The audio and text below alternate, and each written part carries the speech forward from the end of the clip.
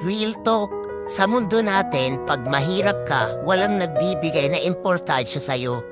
At hindi ka prioritize, kung sino pang mayaman, siya pang binibigyan, siya pang nireregaluhan ng mamahaling bagay. Sila pang nangunguna sa mga listahan ng ayuda. At higit sa lahat, pag mahirap ka, walang pumapansin sa'yo, pahirapan din makakuha ng respeto.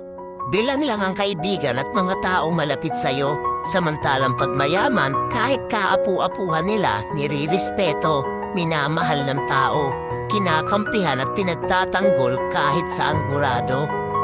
Ang unfair sa mundo, no? Dinaig pa ng tao ang Diyos. Dahil sa mata ng Diyos, lahat tayo pantay-pantay ang estado.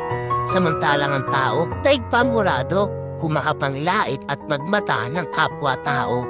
Tandaan nyo, kahit anong yaman mo sa mundo, pare-pareho lang tayong babalik sa pagiging abo. Magkakaiba lang tayo ng patutunguhan sa oras na tayo ay hatulan na ng may kapal.